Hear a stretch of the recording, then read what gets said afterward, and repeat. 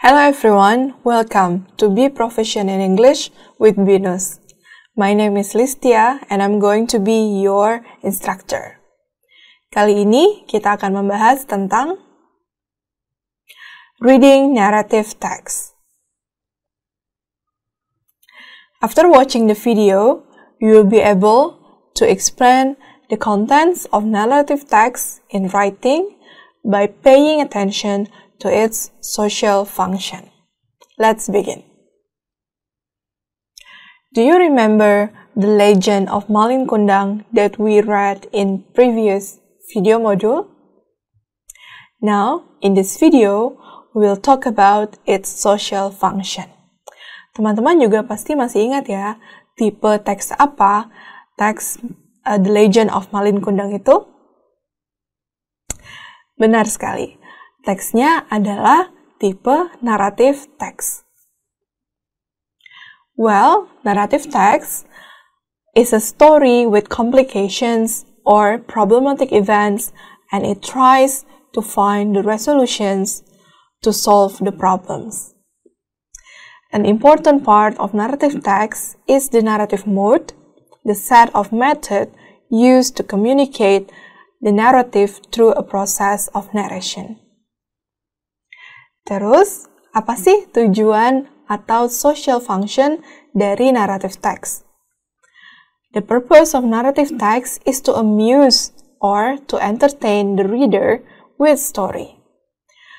By telling or by calling it amusing or entertaining readers with stories, we can also say that the narrative text is to tell life lesson or inspiration. Jadi, selain untuk entertain atau menghibur pembaca dengan cerita, narrative text juga bisa berfungsi sebagai wadah untuk menyampaikan nasihat-nasihat kehidupan atau memberikan inspirasi. Berikut adalah generic structure dari narrative text. Pertama, kita akan menemukan orientation. Orientation atau sets the scene where the story happened and introduce the participants or characters of the story, who and what is involved in the story. Jadi di bagian orientation, kita bisa menemukan pengenalan karakter dan juga setting atau tempat atau waktu di mana cerita tersebut berlangsung. Selanjutnya kita akan menemukan complication, or tells the beginning of the problems which leads to the crisis or climax of the main participants or character. Selanjutnya kita akan menemukan complication. Di bagian complication ini adalah awal mula terciptanya konflik di dalam cerita. Kemudian ada yang kita sebut dengan resolution. The problem or the crisis is resolved either in a happy ending or a sad or tragic ending. Di dalam resolution, kita akan menemukan ending atau akhir dari cerita. Apakah dia happy ending atau akhir yang bahagia, atau tragic or sad ending, atau akhir yang tragis dan menyedihkan. Selanjutnya biasanya dalam narrative text akan dilanjutkan dengan coda, atau kita juga bisa sebut dengan reorientation. Beberapa narrative text tidak secara langsung menuliskan coda atau reorientation-nya.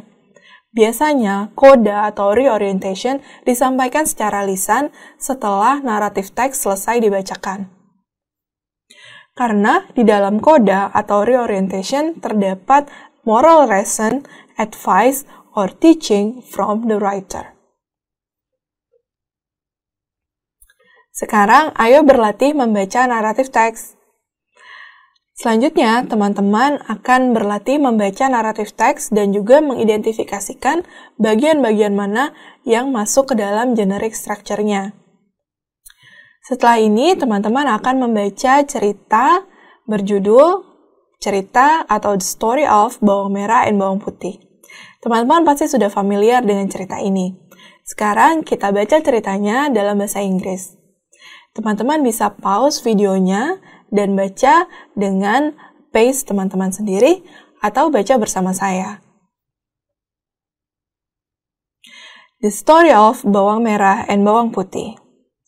Bawang merah and bawang putih are half-sisters who are polar opposites of each other. Bawang merah is a lazy, greedy girl spoiled by their mother, while bawang putih is obedient, diligent, and does all the chores without complaint. One laundry day in the river, bawang putih loses a scarf, which is picked up by an old woman. The old woman says she will return the scarf if bawang putih cooks and cleans for her. Bawang putih does as she is told, gets the scarf back, and the old woman, as has a gift, tells her to bring home one of her two pumpkins, a small and a large one. Bawang putih chooses the smaller pumpkin. When she breaks open the pumpkin at home, she discovers the fruit is filled with jewelry. Bawang merah and their mother got jealous and want their own pumpkin filled with jewelry. So they go to the river and deliberately lose their scarves. When they visit the old woman's house and ask for a pumpkin, they bring home the big one, but instead of jewelry, their large pumpkin is filled with snakes. Now, let's identify the generic structure of the story of bawang merah and bawang putih. Well, we can say that the structure orientation is in the first part of the story, which is bawang merah and bawang putih are half sisters who are polar opposites of each other. Bawang merah is a lazy, greedy girl spoiled by their mother, while bawang putih is obedient, diligent, and does all the chores without complaint. Di bagian orientation, kita menemukan pengenalan dari tokoh-tokoh di dalam cerita ini, yaitu bawang merah dan bawang putih. Seperti halnya jenis-jenis teks folk tales lainnya, cerita bawang merah dan bawang putih menjelaskan atau membedakan secara jelas atau secara gamblang perbedaan mana karakter yang baik dan mana karakter yang jahat. Selanjutnya kita akan menemukan complication. Seperti yang kita pahami sebelumnya, complication adalah pada saat konflik muncul, awal mula konflik muncul, dan bagaimana konflik itu berlangsung. Di dalam cerita bawang merah dan bawang putih, complication ada di dalam bagian ini. Bawang putih chooses the smaller pumpkin. When she breaks open the pumpkin at home, she discovers the fruit is filled with jewelry. Kemudian konflik mulai muncul. Bawang merah and their mother got jealous and want their own pumpkin filled with jewelry. So, they go to the river and deliberately lose their scarves. Then they visit the old woman's house and ask for a pumpkin. Disitulah muncul permasalahan yang lainnya. Kemudian kita akan sampai kepada resolution.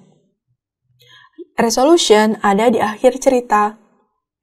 They bring home the big one, the big pumpkin, but instead of jewelry, their large pumpkin is filled with snake.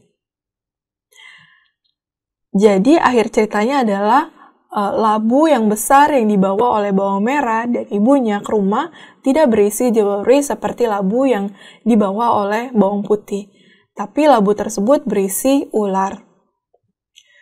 Reorientation atau koda, di mana kita bisa menemukan moral of the story dari cerita ini, memang tidak dituliskan di dalam ceritanya.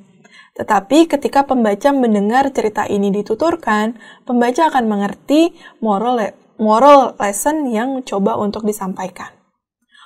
Moral lesson dalam cerita ini adalah reap what you sow.